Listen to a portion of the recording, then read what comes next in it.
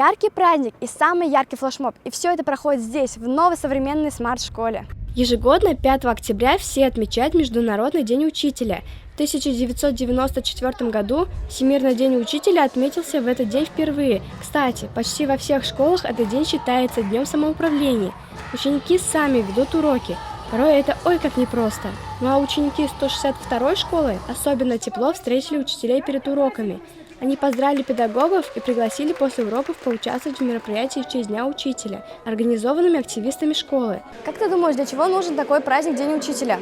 Ну, как мне кажется, дети в этот день, мы же становимся учителями в какой-то мере, мы хотим попробовать себя в будущем, для начала, как в этой профессии, и понять вообще, каково учителям каждый день с нами учиться, тяжело ли это или нет.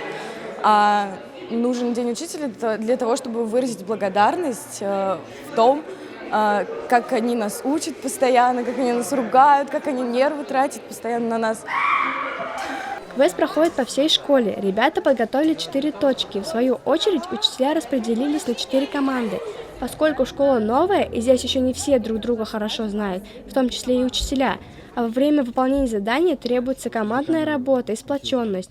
Расскажи, почему вы решили провести именно квест? Мы для начала решили, мы хотели, чтобы наша школа была необычная, так как в основном показывает концерты, а мы хотели сделать нашу школу уникальной, так как она смарт, она должна отличаться от других школ, и при этом, скорее всего, у нас это получится. В 162-й полилингвальной смарт-школе необычная навигация. Там нет такого понятия, как этажи. Вся школа разделена на зоны по цветам, например, желтая или зеленая зона. И как раз при прохождении квеста очень пригождалось знание, где какая зона располагается. Например, спортзал обосновался в синей зоне. Что ждет учителей на спортивной точке? Для начала мы будем показывать броски, приемы, потом учителя будут проходить с нами вместе игры с баскетбольными мячиками, с теннисными мячиками.